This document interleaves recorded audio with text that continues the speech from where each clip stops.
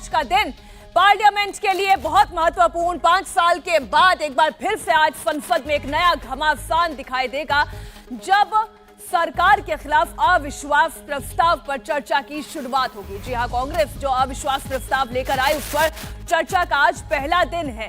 बहस होगी और फिर वोटिंग होगी और फिर यह तय किया जाएगा कि सरकार गिरेगी या नहीं गिरेगी। आंकड़ों के लिहाज से आप देखें तो यह तो तय है कि सरकार का कुछ नहीं होने वाला, लेकिन फिर भी जो प्रोटोकॉल है, जो ऑफिशियल स्टेटमेंट होगा, वो नतीजा आपको 10 अगस्त को देखने को मिलेगा। अविश्वास प्रस्ताव पर चर्चा की शुरुआत से पहले प्रधानमंत्री मोदी की अगुवाई में बीजेपी संसदीय दल की बैठक हो रही है, जिसमें रणनीति पर चर्चा की जा रही है। कांग्रेस के अविश्वास प्रस्ताव पर बहस होनी है और आज दोपहर 12 बजे से बहस की शुरुआत होगी। चर्चा की शुरुआत कांग्रेस सांसद राहुल गांधी करेंगे। 8, 9 और 10 अगस्त को लोकसभा में अविश्वास प्रस्ताव पर चर्चा की जाएगी। अविश्वास प्रस्ताव पर प्रधानमंत्री को अपना जवाब देना होता है। 10 अगस्त को प्रधानमंत्री मोदी अपना जवाब भी देंगे।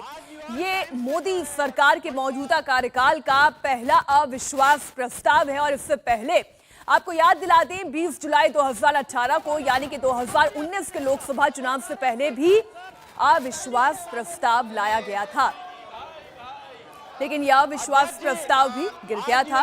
अब मोदी के खिलाफ दूसरी बार नो कॉन्फिडेंस मोशन पास किया गया है। एक बार फिर से चर्चा होगी।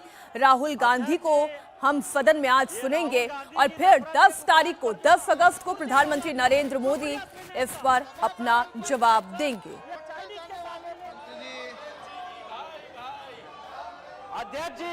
अविश्वास प्रस्ताव पर बहस में आज सबसे ज्यादा नजर राहुल गांधी पर रहेगी। 137 दिन के बाद उनकी संसद में वापसी हुई है। तकरीबन 6 महीने के बाद आज वो संसद में बोलेंगे। अविश्वास प्रस्ताव मणिपुर हिंसा पर लाया गया है।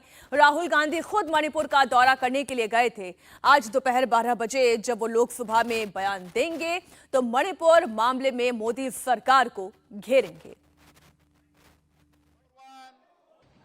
प्रजातंत्र की सबसे बड़ी आवाज, सत्य की सबसे बड़ी गूंज श्री राहुल गांधी जी को नरेंद्र मोदी जी ने कुछ समय के लिए गैर कानूनी तरीके से जबरन संसद से बाहर तो कर दिया, पर संसद के गलियारे सूने थे। श्री राहुल गांधी जी की सिंह गर्जना गूंजेगी संसद के गलियारों में तो मोदी सरकार की जवाबदेही सुनिश्चित होगी। बेरोजगारी पर, महंगाई पर, डूबती अर्थव्यवस्था पर, नफरत के माहौल पर, किसानों के हनन होते अधिकारों पर, SC, ST, OBC के साथ होते अत्याचार पर, देश के युवाओं और महिलाओं से होते भेदभाव पर। और इंतजार करिए, क्योंकि अब मोदी सरकार बच नहीं पाएगी। अविश्वास प्रस्ताव पर आज कांग्रेस के कई दिग्गज नेता चर्चा में शामिल होंगे। केरल के वायनाड से सांसद राहुल गांधी सबसे पहले इस पर बोलेंगे। इसके अलावा अविश्वास प्रस्ताव लाने वाले असम के कलियाबोर सीट से सांसद गौरव गोगोई, पंजाब की आनंदपुर साहिब सीट से सांसद मनीष तिवारी और छत्तीसगढ़ की बस्तर सीट से सांसद दीपक बैज आज कांग्रेस की तरफ से इस बहस में शामिल होंगे। विपक्ष ने मोदी सरकार के खिलाफ अविश्वास प्रस्ताव लाने का फैसला कुछ दिनों पहले ही किया था, लेकिन इसकी भविष्यवाणी प्रधानमंत्री नरेंद्र मोदी ने 2019 में ही कर दी थी। 4.5 साल पहले मोदी ने संसद में क्या कहा था, वो आपको याद दिलाते हैं। कि आप इतनी तैयारी करो कि 2023 में फिर से आपको अविश्वास प्रस्ताव लाने का मौका मिले। और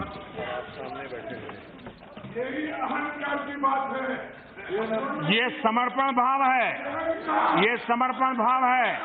अहंकार का परिणाम है 400 से 40 हो गए, अहंकार का परिणाम है 400 से 40 हो गए और सेवा भाव का परिणाम है कि 2 से यहां आकर के बैठ गए, 2 से निकल करके आके बैठ गए। आप कहां से कहां पहुंच गए। अरे मिलावटी दुनिया में जीना पड़ रहा है। आप कोई लंबी बात करोगे तो शोभा नहीं देगी।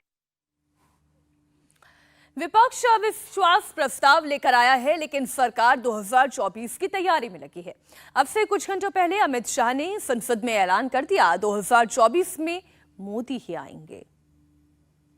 ये साथ में क्यों आए हैं? ये साथ में इसलिए आए हैं कि उनको भरोसा है कि अकेले कुछ हो नहीं सकता, इकट्ठा हो जाओ तो कुछ तो कर पाएंगे। मगर मैं आज बताना चाहता हूं मान्यवर, और 5-10 लोगों को जोड़ दो, कुछ नहीं होने वाला है। 24 मई में फिर से नरेंद्र मोदी प्रधानमंत्री। मान्यवर,